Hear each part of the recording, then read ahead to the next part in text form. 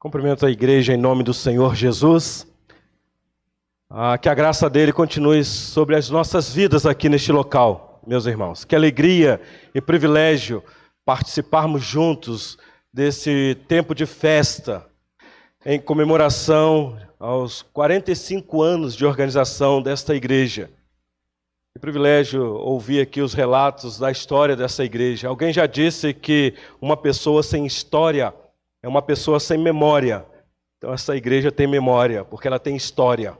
Então nós queremos aqui parabenizar o brilhante trabalho dessa igreja, a pessoa do pastor dessa igreja, o conselho, que nos convidou para desfrutarmos deste templo tão precioso junto com os irmãos. Me sinto aqui honrado junto com vocês, adorando o nosso Deus, que é o Senhor desta igreja, que é aquele que planejou essa igreja quando nenhum de nós ainda existia.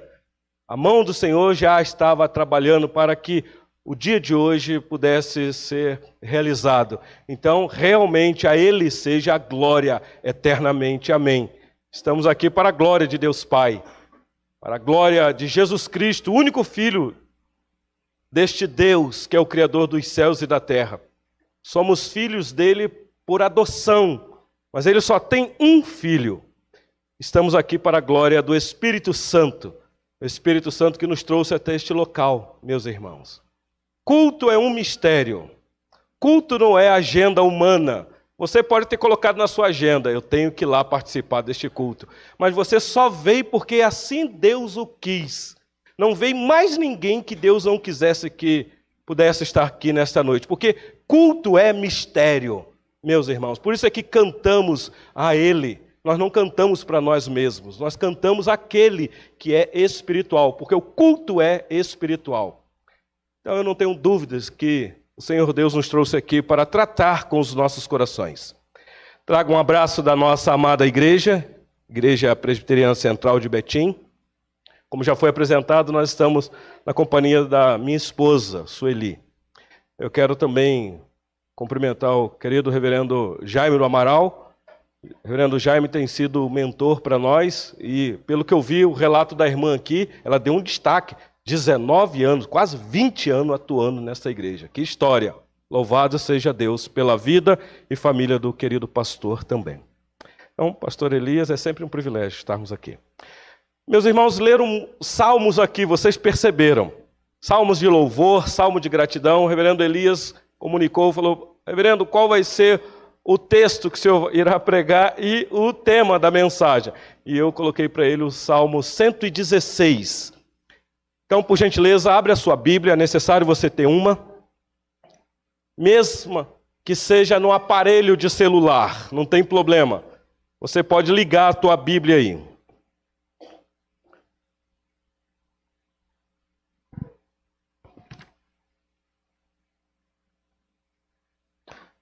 Salmo 116, eu vou ler todo este salmo, apenas 19 versículos. Uma mensagem bem objetiva neste salmo.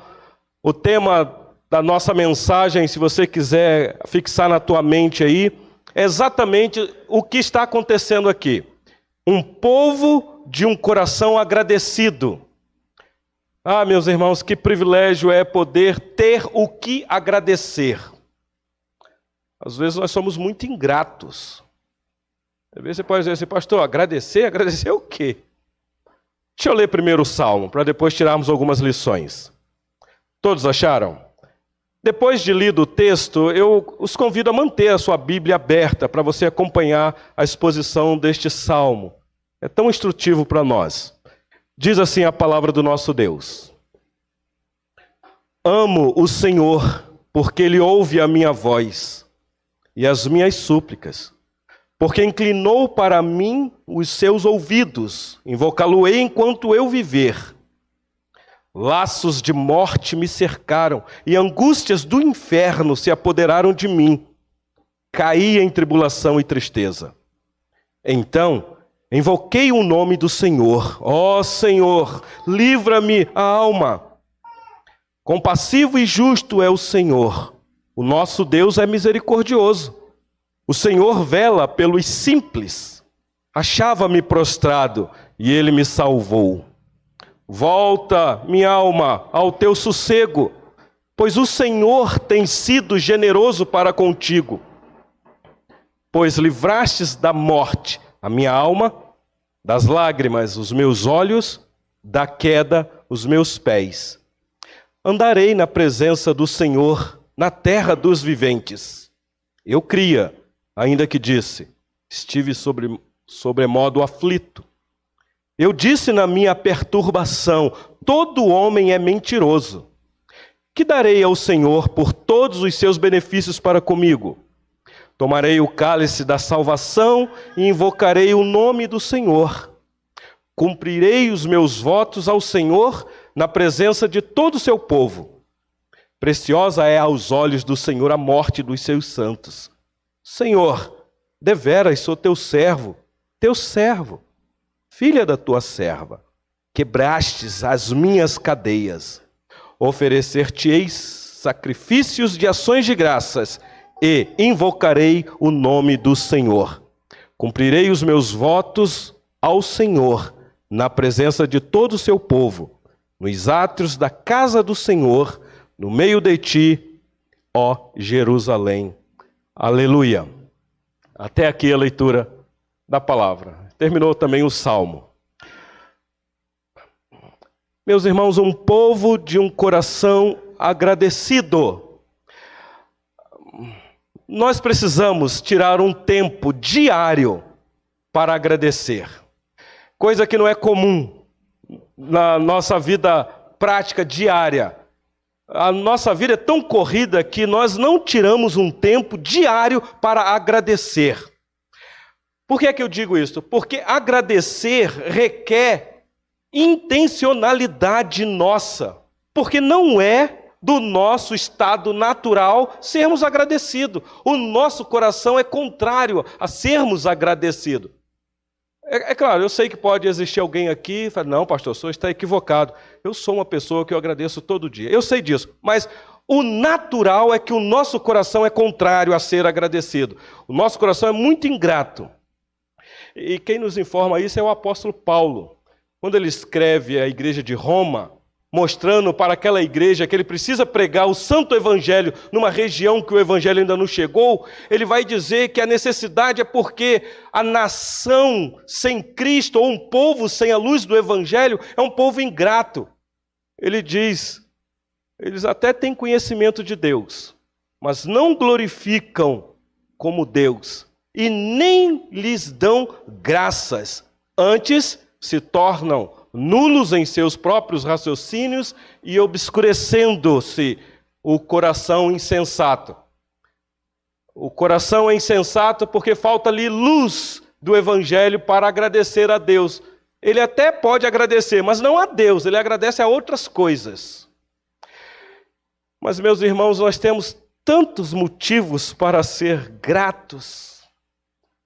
Muitos motivos. De fato, nós temos encontrado os dias ruins. Os momentos de tristezas às vezes acontecem. Mas nós temos motivos para sermos gratos, sim, meus irmãos. Quantas coisas boas que nós temos recebido. Precisamos ensinar nossas crianças a serem gratas. Aliás, pastor, eu creio que nós precisamos ensinar os adultos também a serem gratos. Eu não sei quantos de vocês já agradeceram o privilégio de Deus ter feito a sua pele sentir uma sensação gostosa depois de um tempo muito gelado, quando cai uma água quente. E você tem aquela sensação, foi Deus que fez isso, você sentir a quentura da água.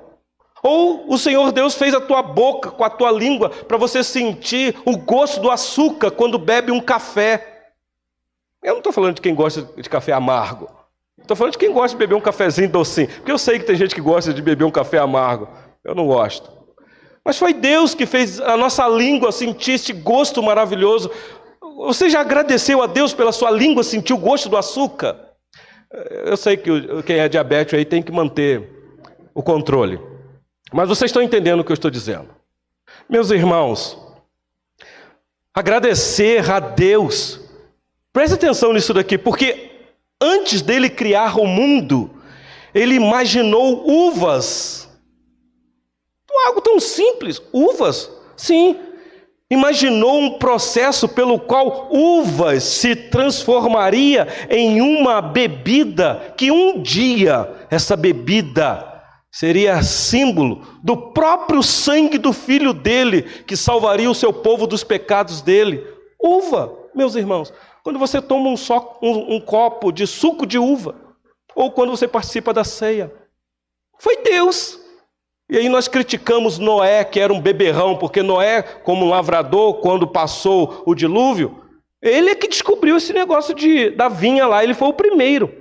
E ninguém sabia o que a fermentação causaria, então ele teve que experimentar. É óbvio que ia acontecer aquilo que aconteceu. Mas, meus irmãos, ali estava a mão de Deus. Por isso é que ele amaldiçoou o neto dele, Canaã, filho de Cã. Porque Noé ali era um tipo de Cristo, porque aquilo que ele descobriu mais tarde seria um símbolo fantástico para o povo de Deus até os dias de hoje. Agradecer, meus irmãos, algo tão simples. Então nós devemos ser gratos a Deus em tudo, porque Ele cuida de nós até mesmo na hora da morte. Até mesmo na hora da morte. Não sei se vocês perceberam no texto que eu li, 3 vezes a palavra morte aparece no texto que nós lemos. Você pode falar, pastor, nós estamos aqui, noite de festa, você vai falar de morte? Mas é interessante esse destaque. Dá uma olhadinha no versículo 3 do Salmo 116. Diz assim, laços de morte me cercaram. Primeira vez que aparece a palavra morte. Ainda no versículo 8, diz assim, pois livrastes da morte a minha alma.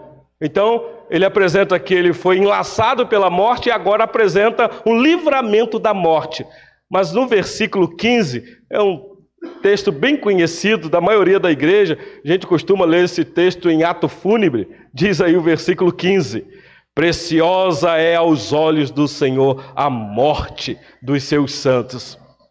Pensa nisso daqui, meus irmãos. Um salmo que fala de gratidão, mas apresenta 3 momentos de morte aqui neste texto. Mas eu não estou aqui para falar de morte nesta noite. Eu quero falar de um povo que tem um coração agradecido. E como expressar, meus irmãos, então, esta gratidão? É o que eu quero tentar ver com vocês aqui. E eu vou dividir este salmo aqui em 3 partes que eu penso que é natural, baseado aqui nas 3 palavras que eu mostrei para vocês de morte. Então eu vou dividir essa mensagem em 3 partes. A primeira parte está aí do versículo de 1 a 7. Expressando gratidão a Deus pelo amor dele por nós. Porque só podemos amar porque ele nos amou primeiro. Versículo de 1 a 7. Segundo, nós podemos expressar verdadeira gratidão a ele, meus irmãos, buscando por uma vida nova todo dia, a partir do versículo 8 até o versículo 14. E o versículo 15 ao 19, expressando gratidão em serviço santo. Todos nós somos chamados para servir, meus irmãos. Ninguém é inútil no serviço do reino de Deus. É claro que somos. Todos nós somos inúteis, porque só podemos fazer aquilo que nos é mandado. Já diz o Santo Evangelho. Mas o que eu quero dizer é que há trabalho para todos nós. Todos nós somos chamados para colocar a mão no arado e não olhar para trás. Então vamos lá, meus irmãos, com calma aqui. Primeiro ponto, expressando gratidão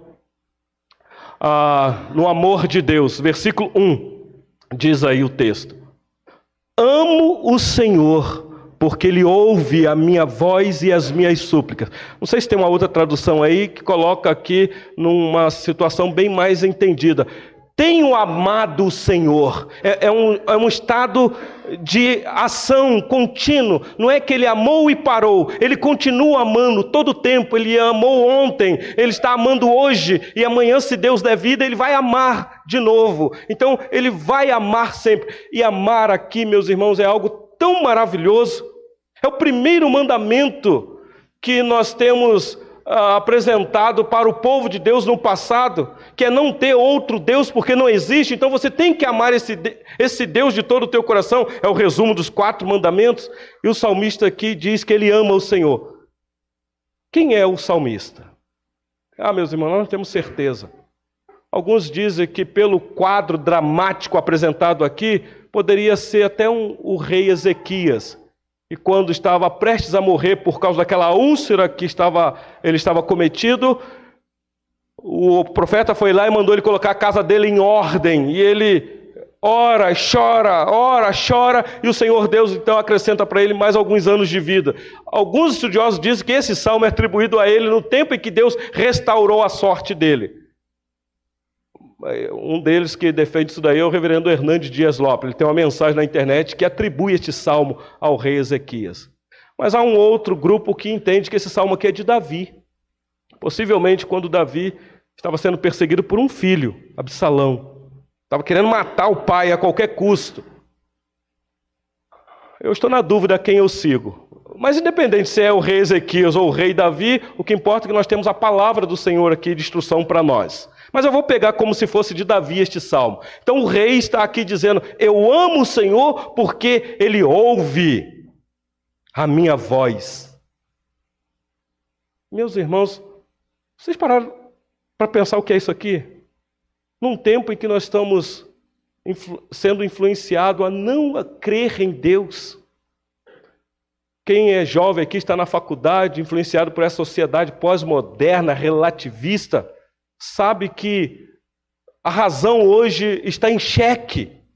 Aliás, Francis Schaeffer escreveu um livro já há um tempo atrás falando sobre a morte da razão. Quando Nietzsche influenciou a igreja dizendo que Deus já morreu há muito tempo.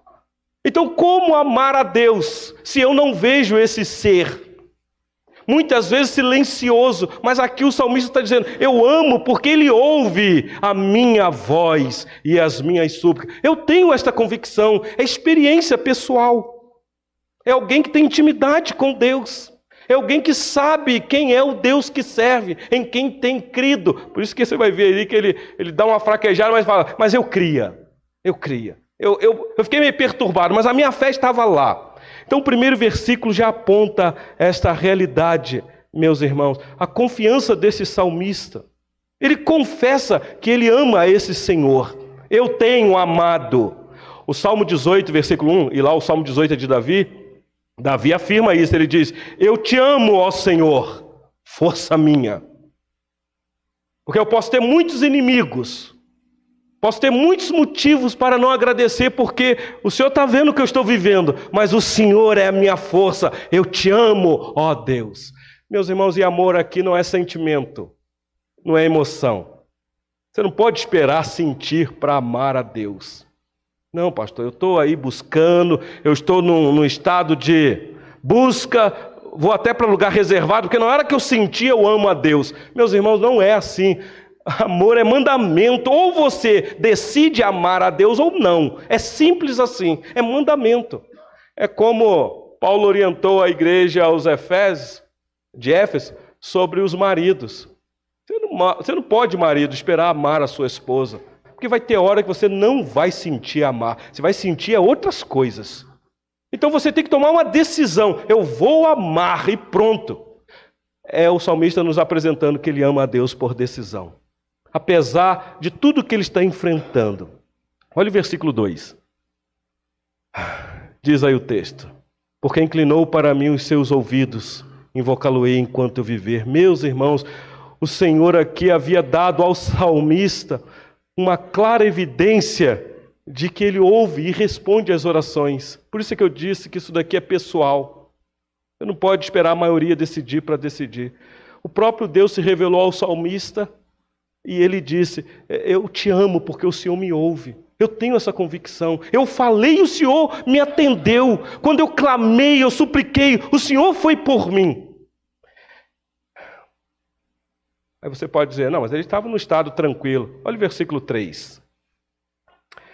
Laços de morte me cercaram, e angústias do inferno se apoderaram de mim. Caí em tribulação e tristeza. Longe de ser alguém aqui que na hora da tristeza, da angústia profunda, se afasta de Deus e não quer mais orar, é alguém que busca o Senhor. Porque hoje é assim: pastor, o senhor está falando para eu orar? O senhor não tem ideia do que eu estou passando. Pastor, não tenho nem forças para falar. Eu não consigo, pastor. Eu ajoelho e eu fico com aquela sensação que não tem ninguém do lado de lá. Eu falo e nada. Meus irmãos, aqui nós temos alguém que está tendo a sensação que da tumba está vindo uma corda infernal e laçando ele e puxando para baixo. Essa é a linguagem no hebraico. Laços de morte me cercaram. É alguma corda puxando ele para a tumba. E ele diz que o que acometeu a alma dele foi tribulação e tristeza. Alguns dizem que é depressão profunda. Eu não sei quantos aqui nesta noite já passou por depressão profunda ou ainda passa. Sabe do que é tribulação e tristeza, angústias do inferno, porque é mais ou menos isso mesmo. O Senhor Deus nos livra, quem nunca teve depressão. Mas quem tem, e nós pastores trabalhamos muito com isso, a sensação da pessoa é essa mesmo, é angústias do inferno.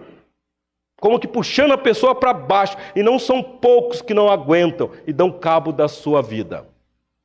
Laços de morte. Versículo 4. Então, esse então é apesar do quadro tenebroso. Então invoquei o nome do Senhor. Ó Senhor, livra-me a alma. Não tem outra saída. Meus irmãos, um povo que é agradecido é alguém que sabe que enfrenta os dias maus neste mundo, mas que não desiste do Deus que serve. Não vira as costas para o Senhor, não fica com raiva de Deus. Muito pelo contrário, ele invoca esse Deus que ele serve. Olha o versículo 4, meus irmãos. Ele clamou, Senhor, livra-me. Não é aquela oração presbiteriana, não. É a oração, entenda o que eu vou dizer, pentecostal. Que abre o coração e sabe que está desesperado. Se necessário for botar a cara no pó. Invocar o Senhor. Ele está desesperado. Claro, meu irmão, eu estou fazendo aqui só uma... Porque às vezes a gente faz aquela oração. Sabe qual, né? Aquela oraçãozinha. Senhor, tu sabes. É claro que ele sabe. Mas ele está dizendo, fala. Invoca-me no dia da tua angústia e eu te livrarei. Então, meus irmãos, eu não sei como é que está a vida de oração de vocês. Eu não sei como é que está a reunião de oração na igreja. E parece que o povo não quer mais se reunir para orar, não. Uma vez me perguntaram, pastor, o que é que eu faço para voltar a orar, pastor? Porque eu não tenho mais vontade de orar. Eu falei assim, então ora pedindo a Deus vontade de orar. Porque, meus irmãos, é necessário. Porque hoje nós estamos aqui, estamos bem, mas e se amanhã, meus irmãos, laços do inferno, de morte, nos acometer? O que é que nós vamos fazer? Nós estamos falando aqui de um salmista que passou por isso. E se eu estou falando de Davi, um homem segundo o coração de Deus. Ué, se isso acometeu a Davi, por que não pode cometer a mim? Se isso aconteceu, o que é que eu vou fazer? Olha a instrução do Salmo, meus irmãos. Então, aqui está a primeira oração de lamento deste servo do Senhor. Eu invoquei para ele livrar minha alma. Mas olha o versículo 5 e 6, meus irmãos. Em resposta a essa primeira oração, ele diz isso. Compassivo e justo é o Senhor. O nosso Deus é misericordioso. Aqui são características de Deus que o salmista apresenta. O Senhor vela pelos simples. Ainda que é um rei, mas eu sei quem eu sou, miserável pecador, algo tão simples, pó. Achava-me prostrada, mas Ele me salvou. Se eu estou de pé, é porque Ele é comigo. Se eu ainda estou vivo, é porque Ele me salvou. E salvar aqui é dessa angústia do inferno, meus irmãos. Mas Ele sabe que a angústia não larga Ele. A alma fica perturbada. Por isso esse clamor aí agora não a Deus, mas a Ele mesmo. Ele está dizendo, alma, eu acabei de clamar àquele que é o Senhor dos céus. Então por que, alma, você ainda está perturbada? Versículo 7. Volta, minha alma, ao teu sossego. Ou seja, alma, encontra segurança nesse Deus que eu amo.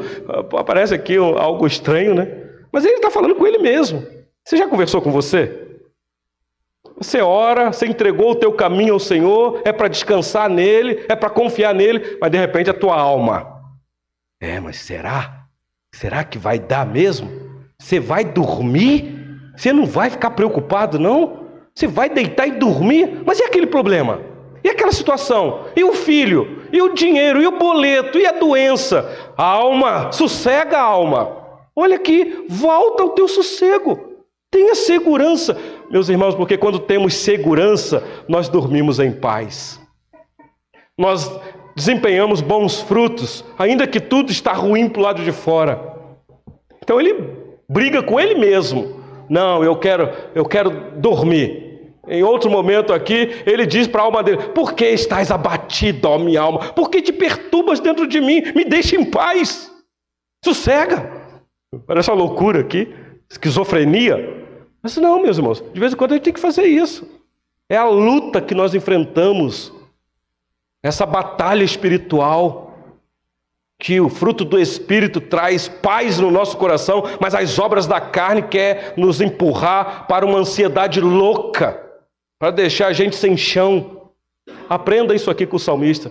De vez em quando briga aí com a sua alma. Não estou falando de alma penada, estou falando do seu ser aí. Você aquieta o teu coração. Mas aí vem o versículo 8 e aqui é a nossa segunda parte. Então a primeira é você entender que você tem que expressar um coração grato no amor de Deus. Então você viu que o primeiro botão tem que ser abotoado certinho na casa. Amor a Deus. Ama o Senhor, porque você vai vencer as batalhas que virão pela frente. Pode ter certeza disso. Segundo, meus irmãos, gratidão aqui expressa numa vida nova diante de Deus. Versículo 8 diz assim: pois livrastes da morte a minha alma, livrou também das lágrimas os meus olhos, e livrou também da queda dos meus pés. Prestar atenção, meus irmãos, aqui agora o salmista vai expressar uma gratidão, porque ele tem uma vida nova. Deus deu a ele uma oportunidade, uma chance.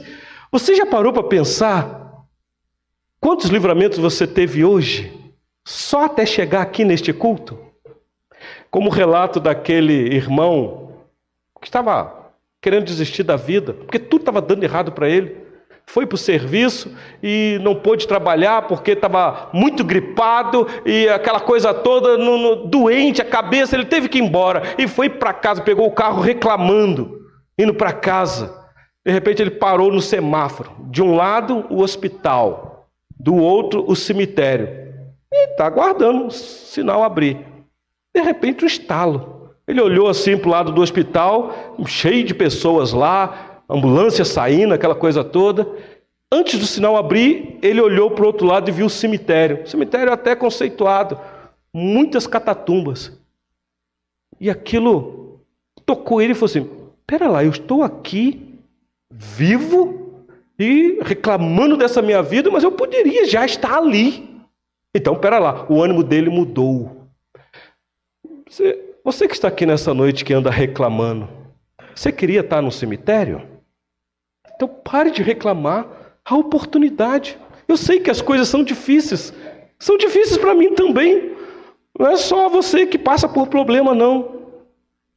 Mas nós estamos aqui vivos. Louvado seja Deus. Por isso que o salmista, no Salmo 92, versículo 1, diz que é bom render graças ao Senhor pela manhã, então agradecer por essa misericórdia dele, e à noite a fidelidade, porque Deus é fiel. E aqui nós estamos, meus irmãos.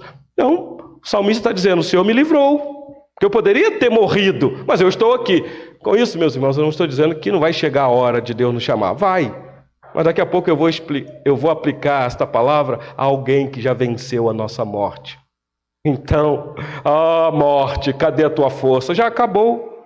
Como nós cantamos aqui, se temos de perder famílias, bens, poder ou prazer, se tudo se acabar e a morte enfim chegar, meus irmãos, a morte já foi morta há muito tempo, há quase 2000 anos. Então, livraste-me da morte a minha alma, das lágrimas os meus olhos e da queda os meus pés. Versículo 9 a 11. Aqui é o estilo de vida dele. Por isso que a gratidão a Deus tem que expressar em novidade de vida. Andarei na presença do Senhor na terra dos viventes. Prestar atenção que ele está dizendo: andarei na presença do Senhor, corandeio, constantemente. Não tem um lugar que você não vá que não está na presença do Senhor. ele tem essa segurança. Aí ele diz, eu cria, ainda que disse, estive sobremodo aflito. É assim mesmo, o crente ele pode até lamentar, mas ele tem fé. Ele está dizendo, não, eu dei uma vacilada, eu estava aflito, mas eu cria, eu amo o Senhor. Versículo 11. Eu disse na minha perturbação, todo homem é mentiroso. Talvez aqui é por causa da aflição que ele está enfrentando. É por isso que eu creio que seja Davi mesmo aqui, alguém que está perseguindo ele. Meus irmãos, vocês prestaram atenção aí? Olha o versículo 12, 13 e 14. Que darei ao Senhor por todos os seus benefícios para comigo? Ele chega a uma conclusão e fala assim, o Senhor tem sido tão bondoso comigo, o que é que eu posso dar ao Senhor? Meus irmãos, é uma pergunta retórica. Nada, nada, porque você não pode dar nada para Deus que Ele não te dê primeiro. Se você der amor a Ele, é porque Ele te deu amor. Se você der gratidão a Ele, é porque Ele foi grato contigo. Então, o que darei? É uma pergunta. E aí ele vai dizer, eu vou fazer aquilo que um bom judeu faz, por tradição. Eu vou tomar o cálice da salvação e vou invocar o nome do Senhor. O cálice da salvação aqui é uma prática judaica, lembrando da libertação do povo de Deus do cativeiro.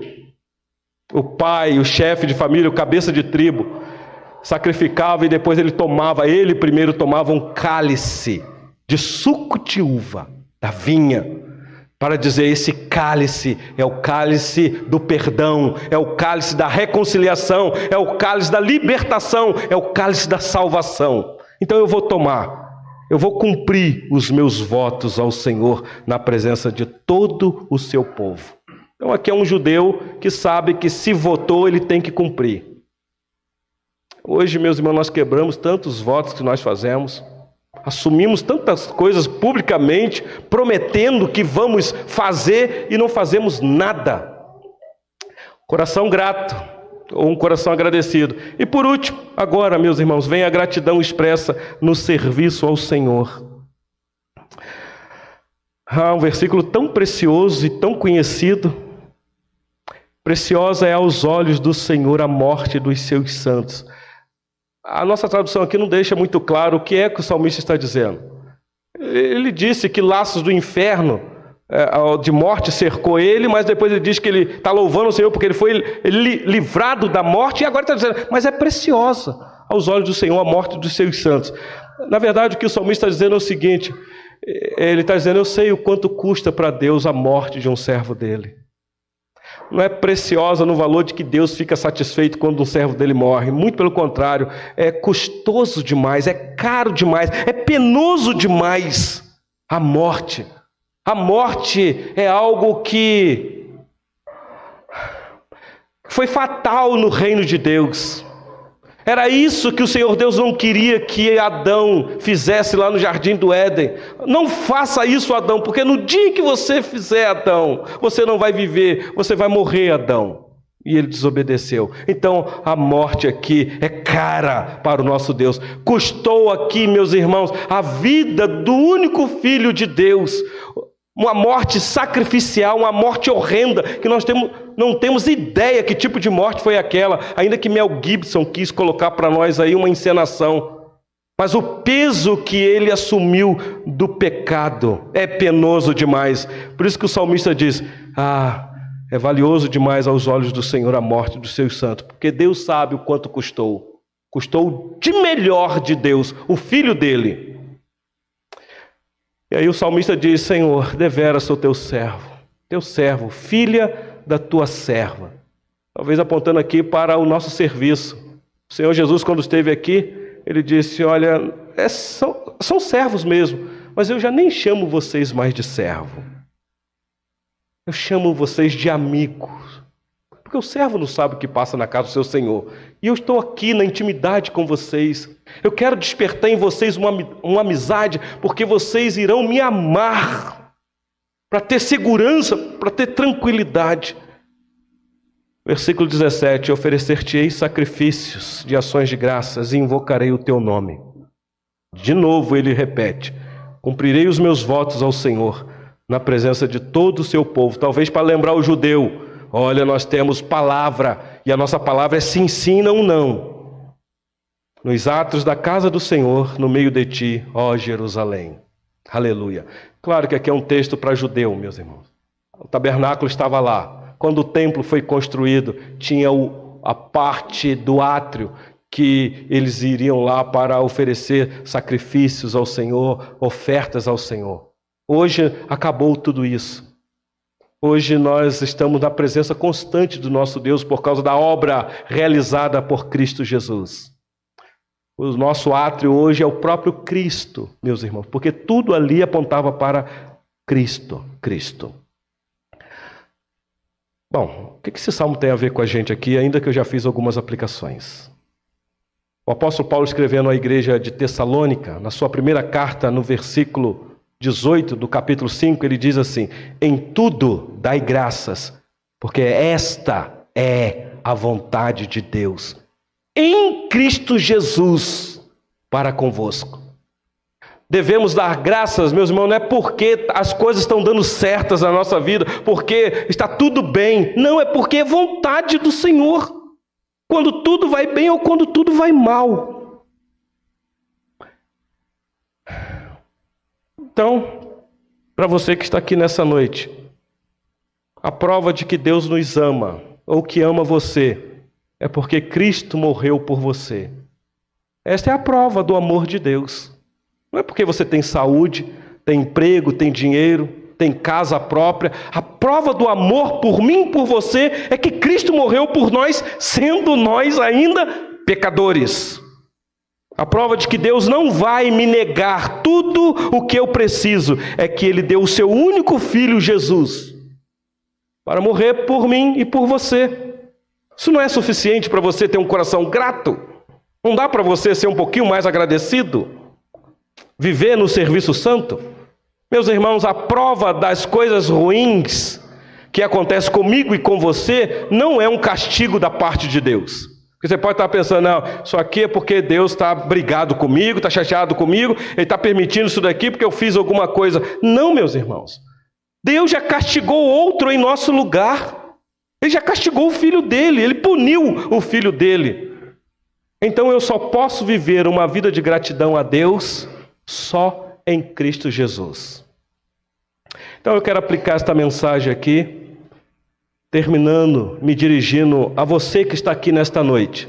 Eu quero falar com você que está me ouvindo. Talvez você que está me ouvindo aqui na igreja ou pela transmissão.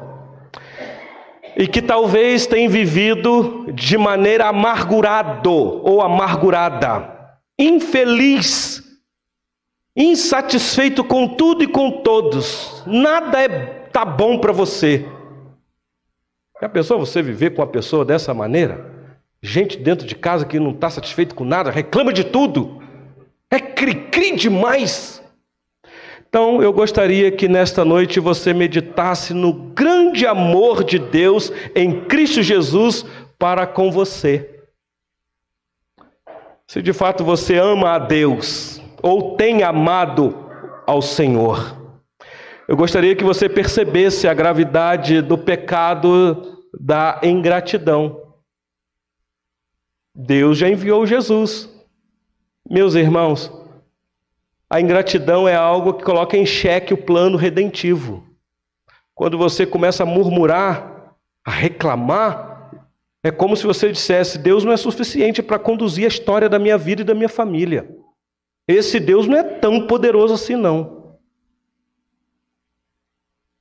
Então pare de viver reclamando. Pare de ser um crítico de que tudo dá errado na sua vida, de que nada presta. Muda o disco, muda a música. Porque quando você tem esta atitude, você está dizendo a Deus que Ele não sabe administrar o universo. Então tome cuidado, quem sabe Deus te trouxe aqui nesta noite para você ter um coração mais grato, fazer parte de um povo de um coração agradecido. Segundo, talvez haja alguém aqui nesta noite que está sofrendo mesmo. Você pode estar dizendo: pastor, o senhor está falando isso, o senhor está me ferindo. Porque, pastor, tem uma situação que não foi eu que causei, me cometeu. Veio sobre mim, porque assim, de vez em quando isso acontece. A gente não chama os problemas, eles vêm e entram de porta dentro e pronto, e se instala lá na sala, no quarto, na casa toda, e não sai não, fica lá. Uma visita indesejável. Então pode ser que alguém aqui nessa noite esteja passando por grande dificuldade, sofrendo mesmo. Talvez passou por uma emoção tão traumática, isso desmoronou com você, isso mexeu com as suas emoções. As irmãs que são mais afetivas nisso daí. E você não consegue controlar a tua emoção. Às vezes o choro vem, você chora, nem sabe por que está chorando, só quer chorar. Então essa palavra nessa noite é para você. É para você. Não é para a pessoa que está do teu lado, não. É para você. Eu quero dizer para você, confie em Deus a si mesmo. Pode chorar, porque há tempo de chorar. Lembra que o salmista disse que o Senhor livrou os olhos deles da lágrima? Então há um tempo de consolo da parte do Senhor. Fique tranquilo, mas confie no Senhor, confie em Deus, porque Ele sabe o que é melhor para você. Ele sabe. Eu não sei, nem o pastor, nem você sabe, mas Ele sabe. Então continue confiando em Deus, não desista, persevere até o fim.